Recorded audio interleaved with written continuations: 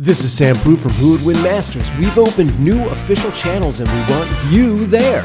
Follow Who Would Win Masters on Instagram and subscribe to youtube.com/@WhoWouldWinMasters. And on YouTube, click the Visit Community button to leave your 1v1 battle challenges. Leave a comment and you might just hear it read on the show. Be a part of the arena, be a part of the debate. Now let's dive in. Most people don't realize how much their personal information is being bought and sold every day. Data brokers are making billions, pulling details about you from public records and the internet, and then packaging and selling it, usually without your consent. That's how your information lands in the hands of scammers, spammers, even stalkers. It's why you get endless robocalls and why ads seem to follow you everywhere. That's where Aura comes in. Aura actively removes your data from broker sites and keeps it off. They also instantly alert you if your information shows up in a breach or on the dark web. But Aura goes beyond data protection. With one app, you get a VPN, antivirus, password manager, spam call protection, dark web monitoring, and even up to $5 million in identity theft insurance, all backed by 24/7 US-based fraud support. Other companies might sell just credit monitoring or just a VPN. Aura gives you all of it, together, at the same price competitors charge for just one service. Start your free trial today at aura.com/remove. Protect yourself now at aura.com/remove. The night falls strangely quiet. A strange forest becomes home to two figures alone in the dark. A single twig snaps. A robe turns. A gnarled stick rises, then glows. Ancient words whisper through the air as sparks dance around the dark, rusted wood. Wind circles outward, carrying the scent of rain and old magic. In response, a blue blade cuts through the darkness with a familiar hum. Footsteps stop. The air itself seems to tighten as an unseen current answers the call, lifting dust and stones without a single touch. One was marked by prophecy, the other inherited a destiny generations in the making. Magic meets the Force. This week, The Boy Who Lived, Harry Potter, versus The Last Jedi, Luke Skywalker. Help me, Obi-Wan Kenobi. You're my only hope to start this episode.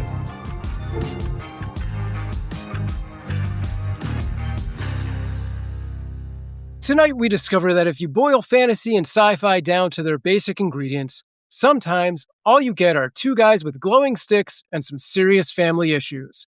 Welcome back to another matchup from Who Would Win Masters. I am Sam Proof on all the socials, and in this episode, representing Warner Brothers, the boy who took 7 books to find all of the Horcruxes because he kept looking in all the wrong places, it's Harry Potter!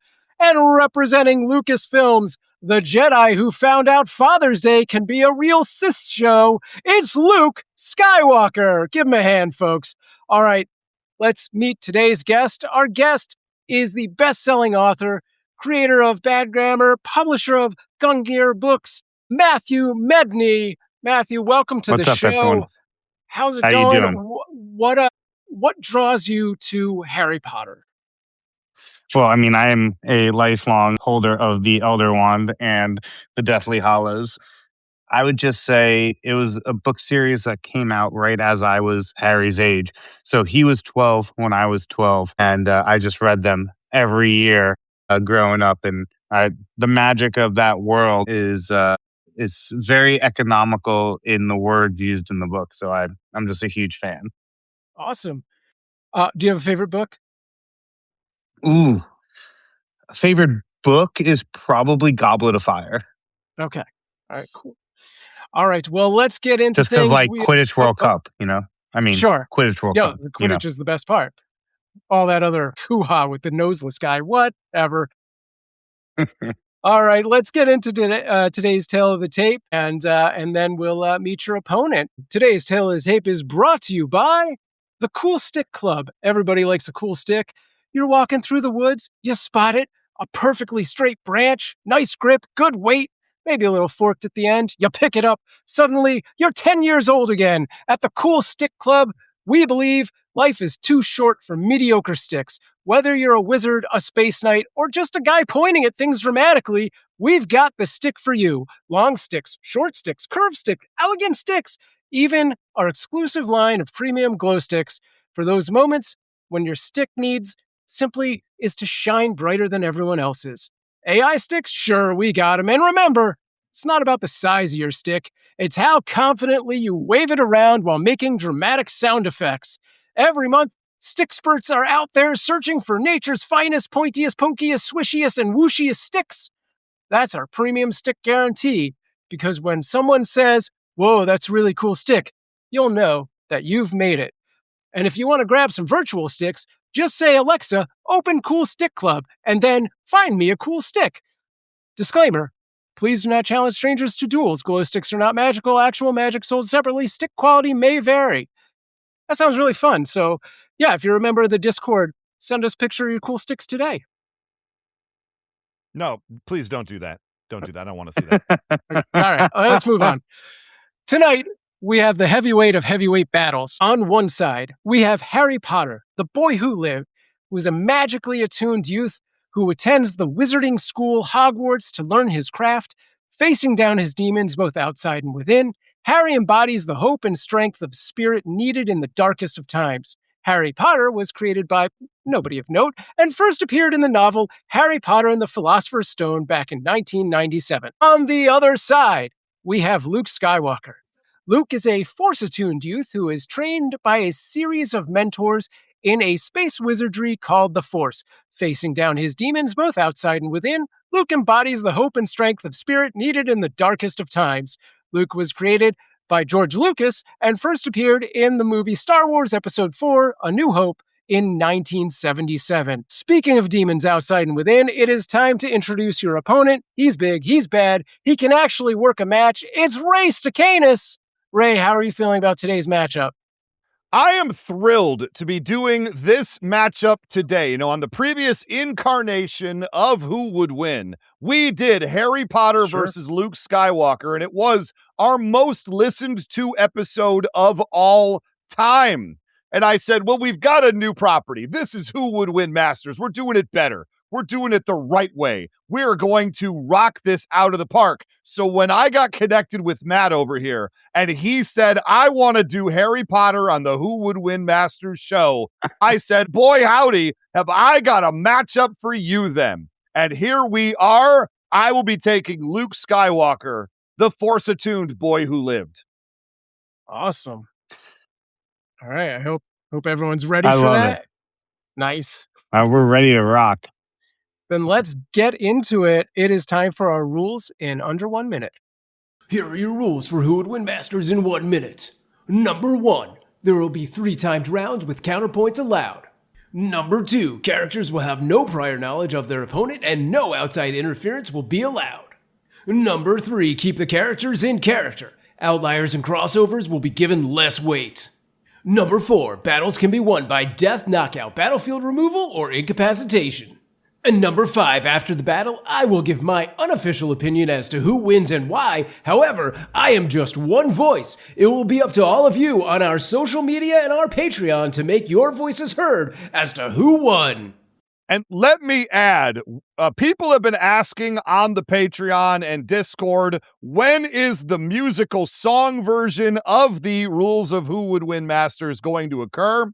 I'm going to tell you right now, it is in process. We are working on it. We have some anchors out. If you're musically inclined and you're at home and you want to make your own version, send it in. It might be better than what we come up with.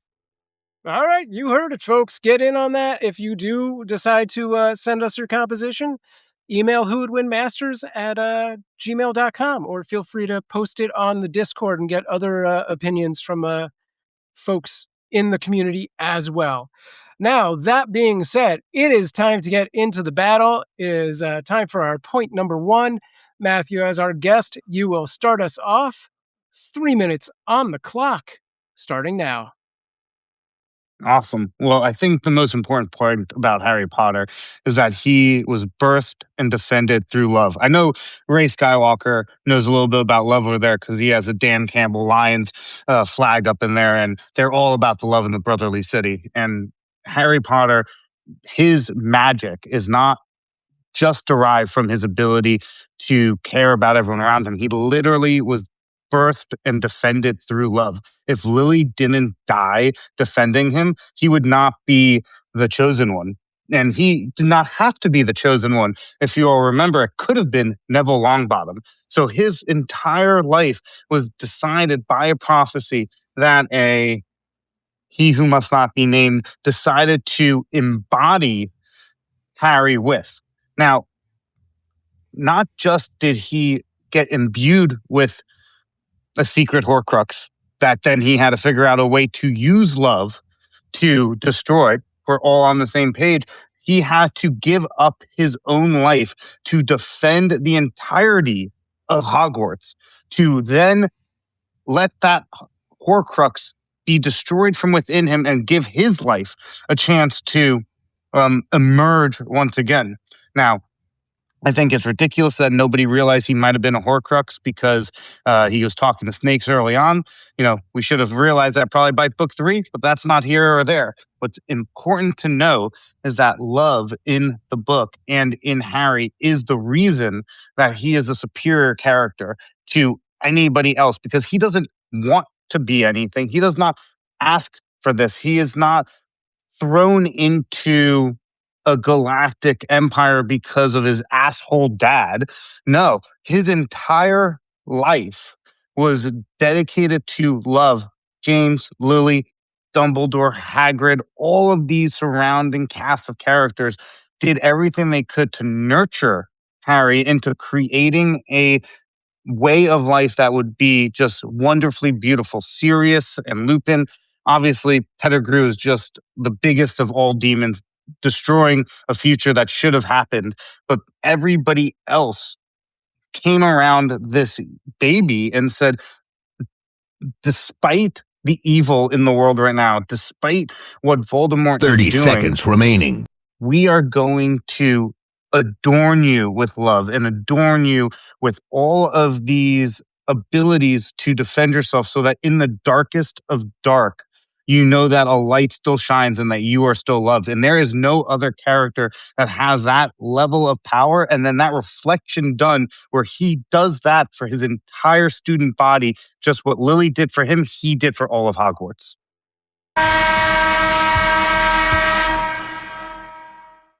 All right. Interesting. Ray, 3 minutes on the clock, starting now.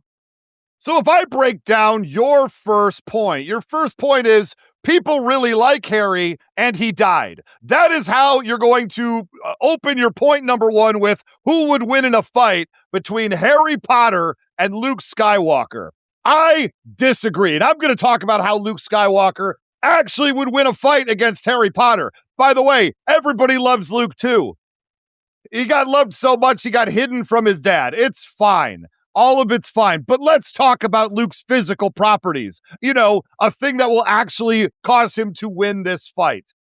He has Jedi training. He's been taught by some of the top level mentors that he possibly could. That includes both combat training as well as duel training. Luke would be better in a combat scenario than the hug fest of Harry Potter that I just heard described. If it comes to kumbaya around the campfire, Harry's got this in the bag. If it comes to one of them defeating the other on the field of battle, Luke Skywalker is the one that you want. This is a guy in the comic books who beat up Boba Fett while he was blinded by a flashbang grenade. He took him out and he couldn't see. That is some expert combat. And I think Luke wins on durability. I haven't seen Harry Potter take a lot of shots, but I've seen Luke Skywalker take a lot in his. He tanked all the garbage, literal garbage, that Darth Vader flung at him in the Empire Strikes Back battle, right, with his force powers.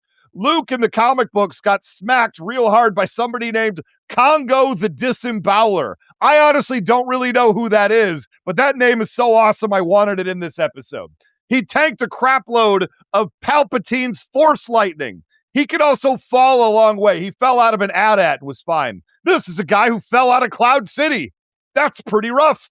He ended up, I can't believe he didn't take more damage, falling as far as he did. It seems like something should have burst, but it didn't. And often Luke is near explosions and is fine. But not only that, my man's got a robot hand like his name was Ash Williams in Evil Dead 2. 3, I should say, Army of Darkness. This could prove useful. Harry Potter's not going to expect a guy with a robot hand.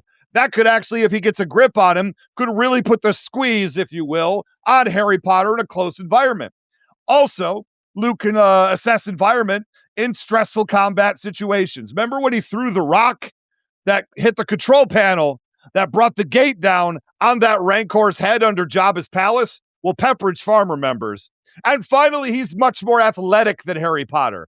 I've seen Harry. Harry's fine. He's a young guy. You know, he plays Quidditch. He rides a broom. Wonderful. But Luke could jump high and wider than he could ever expect, and he uses that athleticism in combat. I've seen him jump over a lightsaber strike from Vader and then backflip away and up onto a walkway. That's not possible. And my final thing, he could balance on one hand upside down with Yoda on his leg and still lift some rocks. This guy is a freak of nature. All right, there's a lot to address. Yes, there's a lot to address there, and you have 60 seconds for your counterpoint, starting now. I'm not really sure where to start, but we can start, I guess, where Luke Skywalker is cleaning up for his father's mistakes the entirety of his entire life. So I guess if you call that being heroic, then sure. Physicality is irrelevant when Harry has his wand in his hand because he'll literally be able to stop Luke from even getting remotely close to him with a Protego spell, or he'll be able to take the lightsaber out of Luke's hand with Expelliarmus. So I don't really think the need for Harry to be training physically matters at all. Also, if we're talking about robot hands, in Harry Potter, he could just build a new hand. He doesn't need to replace his hand with a robotic hand because he doesn't have the skill set to make a new hand. Like Peter Pettigrew with Voldemort in Goblet of Fire, or like Harry in Chamber of Secrets. Both of them were given new hands when Harry's bones were removed by Lockhart and Pettigrew's hand was chopped off by Voldemort. They just got new hands because they don't need to use technology to fix things. They have magic. All right. I'm not getting into it now. I was hoping there you to go. see. There's the fight. Now it's a battle. Now the prologue's out of the way. Yeah. We're about to start throwing haymakers. Polearm, is that another hand joke? Anyway, yeah, no, I thought that was it was an interesting, point number one. I thought Ray really came in swinging, but then on the counterpoint, Matt really brought the heat to dispel a lot of those points. I thought that was well done. Let me tell you right now, at the end of Matt's point number one, I said, this is going to be a cakewalk. I'm about to just pillar to post him. And then I did my point number one, which was, of course, brilliant. S tier, 10 out of 10, no notes. But then Matt came back with one of the strongest counterpoints that I've ever seen in the history of this show. So now, it's a fight, and I am here for it. Yeah, we'll see if the Magic versus Tech debate needs to continue after this break.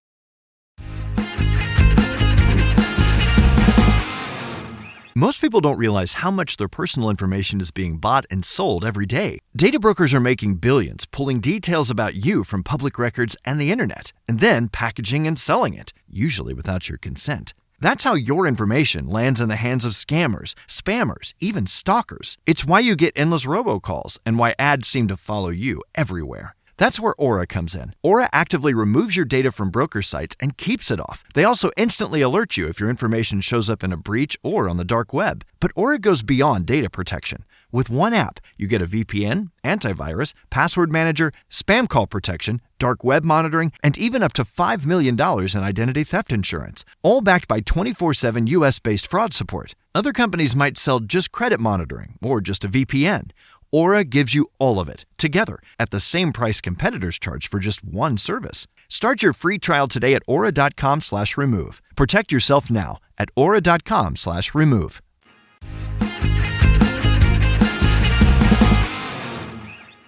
Before we continue, you had a question in the chat, and I want to make sure we address it. Am I defending Potter as Harry or as Matt? You are Matt explaining why Harry Potter would win a fight against Luke Skywalker in a situation where there is no outside interference. They do not know each other going into the battle, so there's no prior knowledge. And it's if we drop the two of them in some sort of neutral location that was not a specific advantage to either one, who comes out as the victor of this fight? It's kind of hilarious that we would even think that Luke Skywalker could win that fight.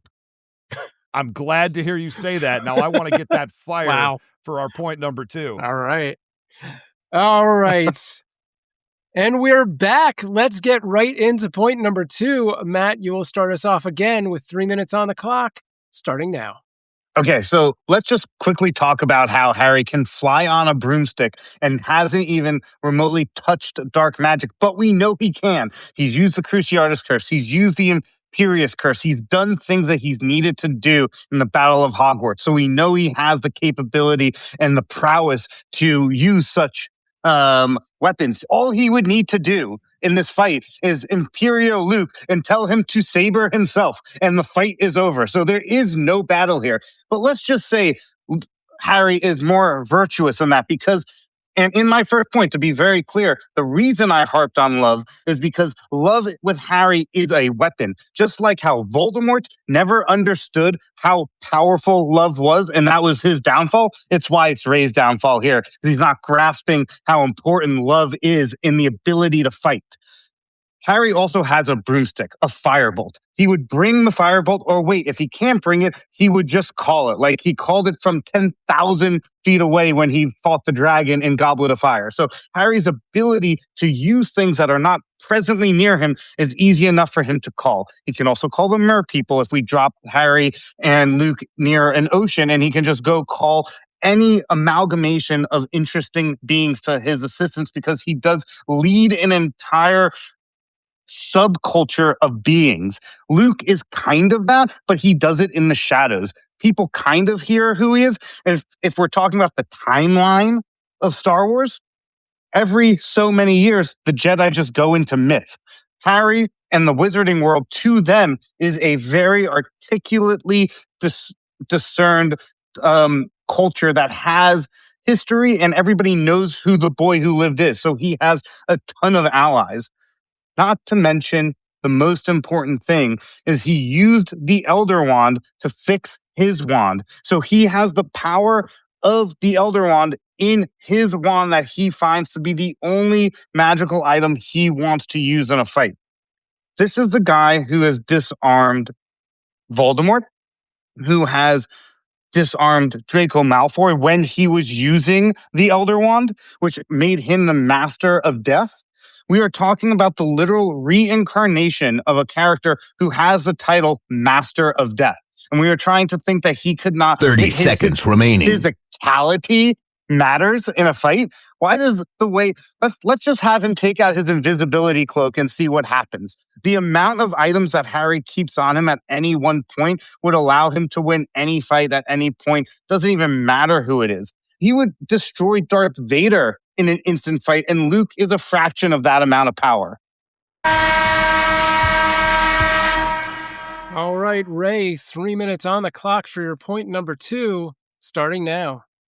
You say to yourself, oh, Harry Potter's the object and the embodiment of love, and then immediately come back with, I think Harry Potter potentially could cast a spell to make Luke disembowel himself after just meeting him. I don't think those two statements align, sir. And I'm going to spend this point number 2 talking about the ultimate weapon that Luke Skywalker would use in this battle. His lightsaber. Let's keep it real. The green lightsaber might be the best one. And Luke, when he first started with this weapon, remember, he was so dumb. He looked down the barrel of it and almost took out his own head right there in the first episode. What a nerd.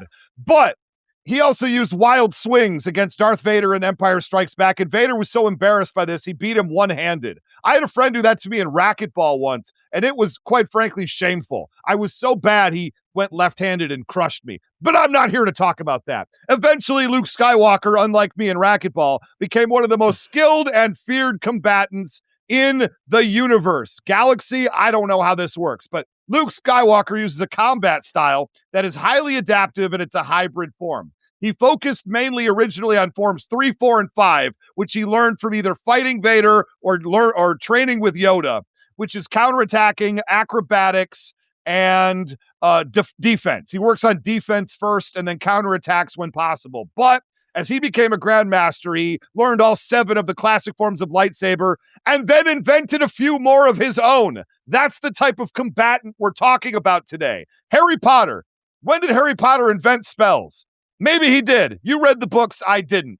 but I remember Harry Potter using spells that other people taught him and kind of sticking right there. Well, here's the thing I'm going to talk about, because we've seen Luke Skywalker repel and deflect blaster fire with his lightsaber. I've seen how those spells come out of the wands. What stops Luke Skywalker from doing the same to those spells and deflecting and reflecting them back at Harry Potter when they get shot at him as if they were laser beams? He also was trained to do it blindfolded too, which is great. No problem at all. Look, Harry Potter, if he's going to win this, has to stay at medium range and lob spells at Luke over and over and over again. I don't see Harry Potter as like what do you call it? Like a bolter repeater, machine gun fire of spells. He tends to throw one and see what happens, and throw one and see what happens. That's what I've seen in the movies, at least. Luke has the speed and athleticism to get around some of this, close the distance, and if he gets in close with Harry Potter, use his lightsaber to strike him down and become stronger than he could have ever imagined. I don't know if that last part is true. At this point, when you get in close, the lightsaber is the difference between these two, and one of these two is a trained warrior, and the other is a child who survived being zapped as a baby. I love me some Harry Potter as far as the character goes, but Luke Skywalker in a battle scenario is just too strong. Well, oh baby, or oh zapped child. Let's see what Matt has for us in his counterpoint. 60 seconds on the clock, starting now. So first off, just because Harry was birthed into love does not mean he cannot do what is needed to do to defend himself and the people that he loves. So he would have no issues using whatever curse is needed if his life or the people he loves are in danger. Second, in your argument, you have toggled between multiple versions of Luke Skywalker, New Hope Skywalker, all the way to Grand Master Skywalker. If we're going to dial it that much along the timeline, Harry becomes the greatest Auror to ever live in the history of the magical world, running the Auror department for the Ministry of Magic for over 25 years. So we're not talking about a child at that point. We're talking about a character who has the best ability to hunt down dark wizards and bring them to justice. So I don't think your little boy with a magic wand really holds any weight, because we're talking about one of the greatest wizards to ever exist, including Dumbledore in that conversation. And let me be very clear here. When I am making this battle, I am talking about Luke Skywalker, the Grand Master from The Mandalorian, and I'm referring to Harry Potter as the baby in the bassinet who got zapped by Voldemort. This is not even a battle. All right. Bring it down. We're gonna go to a break, and we'll come back and see what happens in our third point. But before that, this was great. This was a big shift from point number one. There's a lot on the table here to unpack between our Grandmaster and our greatest Aura, and I want to see how you both paint that final picture of. I guess nailing a nail in the what? That's not the right metaphor for this. Anyway, we'll see how you paint a path to victory in point number 3 after this break.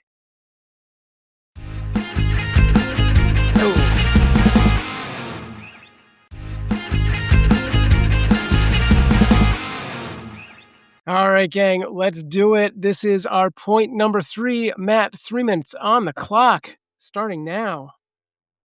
So I want to start this point with just a really important distinction. Harry, through his entire career, from being a baby in a bassinet all the way to being the greatest Auror, never did the thing that Grand Master Luke did, which is destroy a young Jedi named Ben Solo. He never, ever, ever did anything in the wizarding world that jeopardized the life of another great fighter, wizard, human. We can't say the same thing about a Skywalker. The thing that's most important to understand here in this final 3-minute battle about Harry is that he is a master wizard. When you say getting in close, I don't think you grasp what a Protego spell would do, or a Wingardium Leviosa spell where he would just lift Luke by his feet and fling him to the other side of the room. He could also just disarm him with an Expelliarmus charm, the most classic Harry Potter move. He loves a good disarming charm, and he has disarmed Severus Snape, Lucius Malfoy, Voldemort, Bellatrix Lestrange, and a number of other high-profile Death Eaters with this charm. All he would need to do is to use that same charm against Luke and take his lightsaber from him. And then what does Luke have? Luke has some Jedi mind tricks that may or may not work against a wizard of Harry's caliber. And maybe like using the Force to push him. Harry would just end up grabbing his broomstick and flying above him and striking him from above. In this case, Harry would have the high ground. And we all know what happens when you have the high ground in anything Star Wars related. So I'm pretty sure Harry has this in the bag. But in my final minute here, I want to make sure it's very clear that even before Harry was a fully trained wizard, his cunningness is what always kept him alive. From fighting the troll when he was 12 in his first year at Hogwarts, using nothing more than a wand as a poker through the troll's nose just to get him off of his feet, to figuring out how to create lullabies for a three-headed dog that was going to eat them, to understanding how the riddle with the Mirror of Erised worked. Harry's intelligence and cunningness is what actually kept him moving, not his magical skill. Luke had to be trained in all of these ways, and he is a disciple of this. He was not born with these gifts like Harry 30 was. seconds remaining. Ooh, that was exciting. My last point on Harry, and I will leave it with this for everybody listening, is that we have somebody with a wand who does not need to get into any proximity of his opponent to be able to win a battle with it. Luke has to get to the edge of the lightsaber's light to actually inflict pain from it. So Harry will easily be able to win a fight because he could stay further away and be able to just whip spells at Luke without any need to get closer. All right, Ray, it is time for your final point. Point number 3, 3 minutes on the clock, starting now. I am outraged that you actually had the nerve to say Luke puts his friends in danger and Harry Potter doesn't? Are you out of your mind right now? Every one of his escapades puts all of his close friends at risk of Death Eaters or those ghost spirit things whose name I'm blanking on but probably should have written down. He is always putting people in danger. How dare you, sir? Anyway, I am going to talk about the Force and some of the biggest things that Luke Skywalker did, because Luke Skywalker eventually becomes one of the greatest 1v1 duelists in the entire galaxy. After spending 2 movies getting mollywopped by him, he finally beats Darth Vader 1v1 and takes him out. Cuts off his hand. You know what Harry Potter's going to do when Luke cuts off his hand with a lightsaber? It won't be wielding a wand, because what's he going to do? Put it in the stump? I think not. We've seen Luke Skywalker beat 7 Force-attuned Knights of Ren at the same time. We've seen him in The Mandalorian place a platoon of 3rd-generation Dark Troopers. These are heavily armored, battle-ready Imperial combat droids that the Mandalorian couldn't beat one-on-one. He took them all out. And in fact, I'm glad you keep going back to the Expelliarmus, because if Luke gets disarmed by that spell, he can just use the Force to bring it back to his hand again. And Harry's not going to see that coming. In fact, not only can he do that, he can do telekinesis. We've seen him lift some rocks. We've also seen him pick up a whole X-Wing fighter out of a swamp. If Harry wants to fly around on his broom above, all Luke's got to do is just lift up his hand and he could stop the Force in midair and bring it crashing down to the earth, where he could easily take out Harry Potter from there.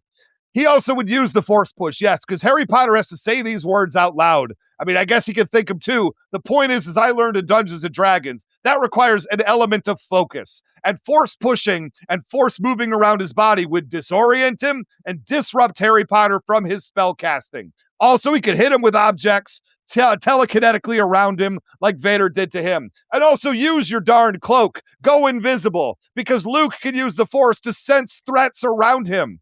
So he doesn't need to see Harry Potter. He can feel Harry Potter. And Harry's going to have his defenses down if he goes under that cloak. And boop, he's going to get smacked by that lightsaber, and he's not going to see it coming. But what about body projection? We saw in the Last Jedi, Luke could summon a fake Luke and take all the aggro spells from Harry Potter. Well, he sneaks it around behind him and takes him out from behind. Heck, force choke. Allegedly, Luke could use it. I don't think he would, so I'm just going to cut the malarkey on that. If he was desperate, he has dark force powers. He tries not to use them. But lastly here, remember when he blew up the Death Star with an impossible shot by turning off the guidance system? He just shut his eyes and felt through the moment, and he did that in his youngest, most worthless state as a fighter. The universe wants Luke to succeed. The universe will give him everything he needs to accomplish that goal. All right, Matt, your last counterpoint, 60 seconds on the clock, starting now. There are so many things there that I need to get to that I will not get to within the 60 seconds here. But first and foremost, I'll say he had to fight the Knights of Ren because he created the Knights of Ren for being a terrible mentor. Let's just make sure it's really clear that that is a self-inflicted wound, just like all of the Skywalker wounds are all self-inflicted. Harry does not need to speak any spell. He is a master wizard.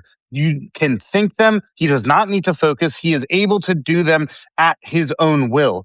The invisibility cloak that he has is not some willy-nilly invisibility cloak. It is the invisibility cloak of death. So it cannot be sensed once he goes under it. It is an extraordinarily magical and rare item that is a one of one. If Harry goes under it, he cannot be detected. Voldemort can detect him. Nobody can detect him. Luke most certainly will not be able to use the Force to detect him. And while it's nice that the universe wants Luke to win, magic protects Harry because of how his mother died for him. So it always comes back to love.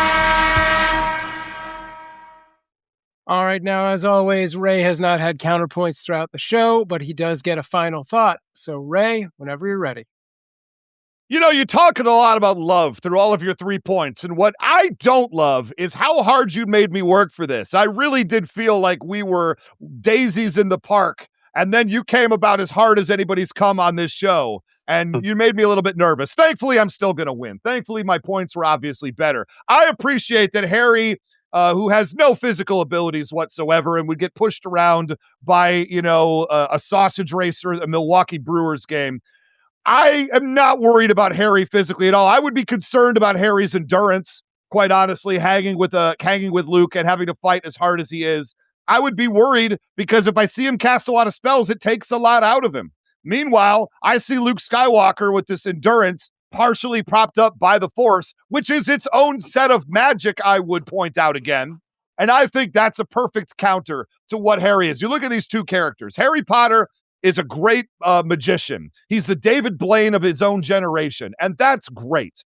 But Luke Skywalker is a great fighter, and he is a great swordsman. He very much will use the lightsaber. Harry Potter will get a little bit overconfident after disarming him, which I think will happen. But then as soon as it comes back into his hands again, as Luke is rushing towards him and jumping and spinning and dodging whatever he needs to dodge, he is going to close that distance. And if Harry Potter tries to go invisible, no. He's going to get felt out by the force of the universe, and he's going to get dropped. If we force Ghost and we create that, and Harry Potter goes after it, Luke Skywalker gets him again. If he takes to the air, he's going to use the Force once again to bring him down. Harry's best bet is to stick with magic spells at a medium distance. If he can maintain that, he can win. But as you said in your own self, he's going to resort to trinkets and tricks, and that's when it's all going to fall apart for the boy who, sadly, no longer lived. Whew. This is great, guys. There is just so much that has been said here today, and beyond just whether or not the Force is space magic, which is a debate we've had in the past on the Discord, I have a lot to think about. So I will be back with my decision.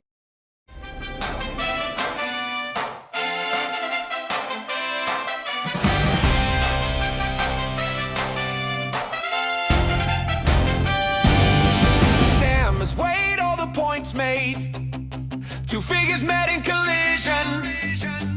Now let's find out who would win. It's time to hear Sam's decision.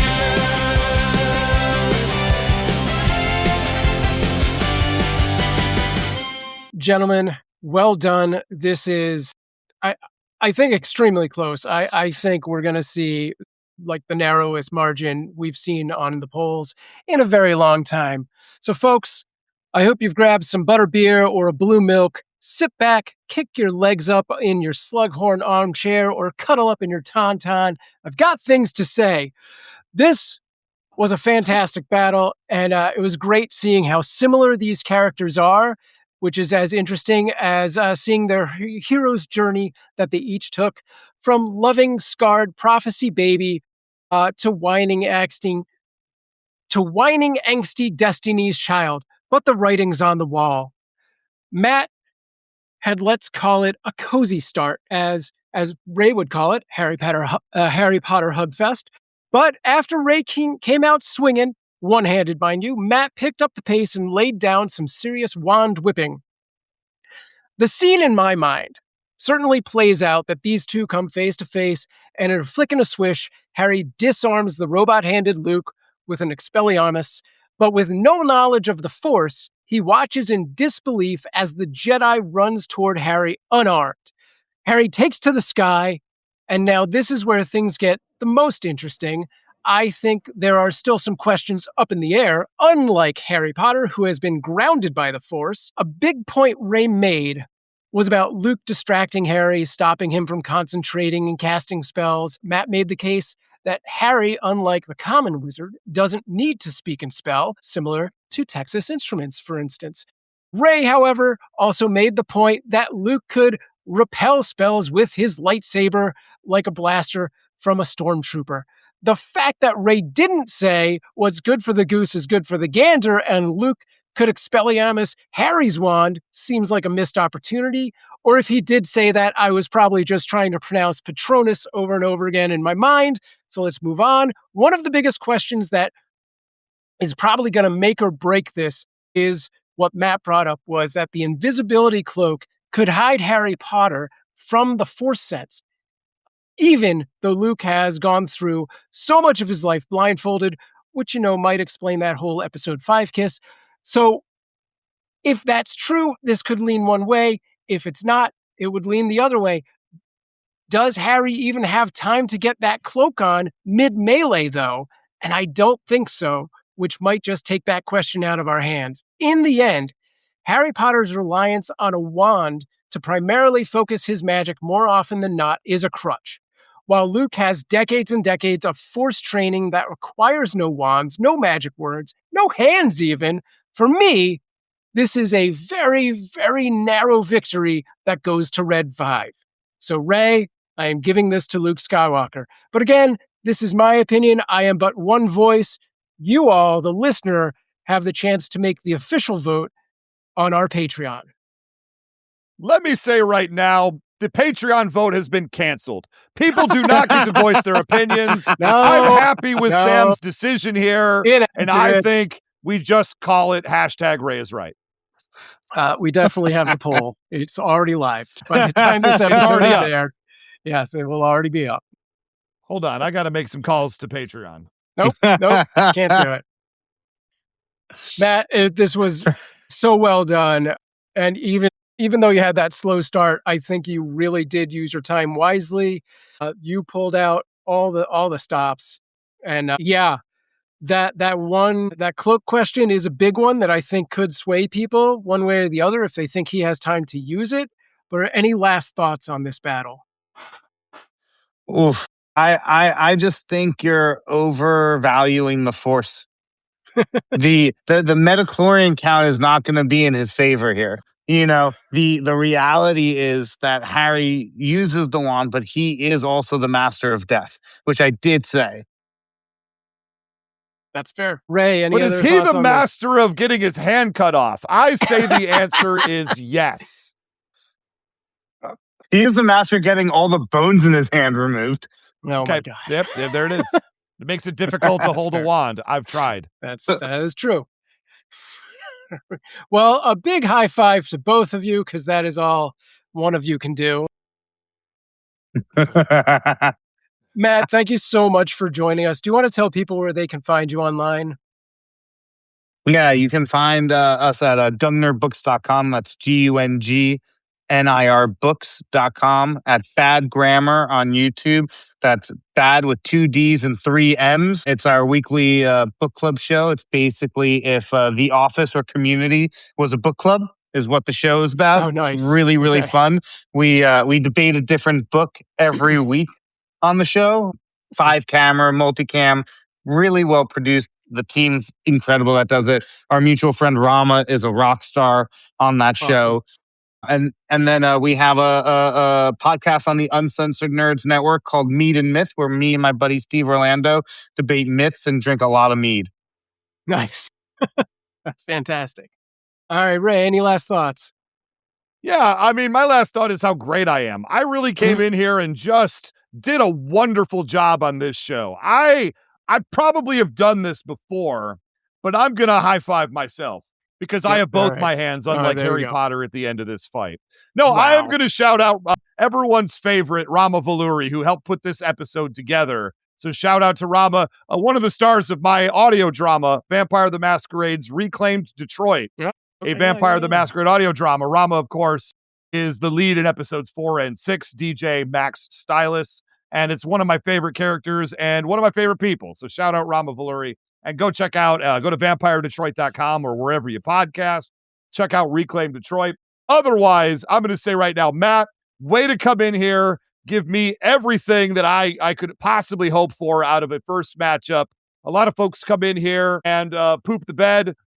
I don't think for a second you did. I am very curious how the fans will vote. I am very curious which aspects of this battle they're going to glom onto and make the most important to themselves. And I don't know how this vote's going to go. That's why we will not be doing one. Is that right, Sam? We will be doing one. Canceled it. 100% a vote. Officially. Cannot not have a vote. It is the whole conceit of the show. All right, gang. Thank you so much. Being told by the producers we are doing a vote. Yes, and for me to stop saying we're not. That's okay. Right. That's what they said. And they used a lot of other very rude words that will not make this episode. Post stick pics, and now they just want the vote. All right, we'll be back with the wrap-up show next week, going over your votes, reading your comments and reviews, and other things you've left on our Discord and social media. So go there, post all of your things. And yeah, make sure to vote over at patreon.com/whowouldwinmasters. And if you think you've got what it takes to step into the challenger's chair, record a 1-minute video demo of yourself, send it to whowouldwinmasters@gmail.com, and we might see you sitting across from Ray in the future. And if you've got an Echo device, next Tuesday, don't reach for your phone or your laptop. Just say, Alexa, play Who Would Win Masters, and start your morning right. For Who Would Win Masters, this is Sam Proof. I'll see you in the arena.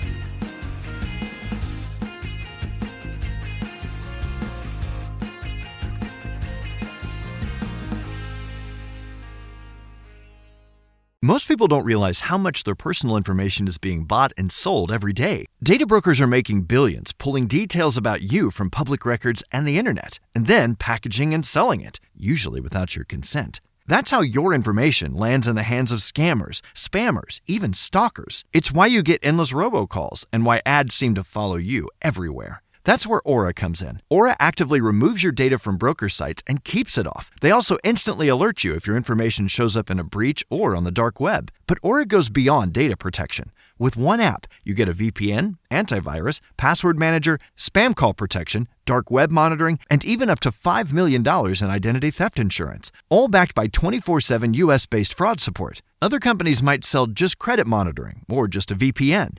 Aura gives you all of it, together, at the same price competitors charge for just one service. Start your free trial today at aura.com/remove. Protect yourself now at aura.com/remove.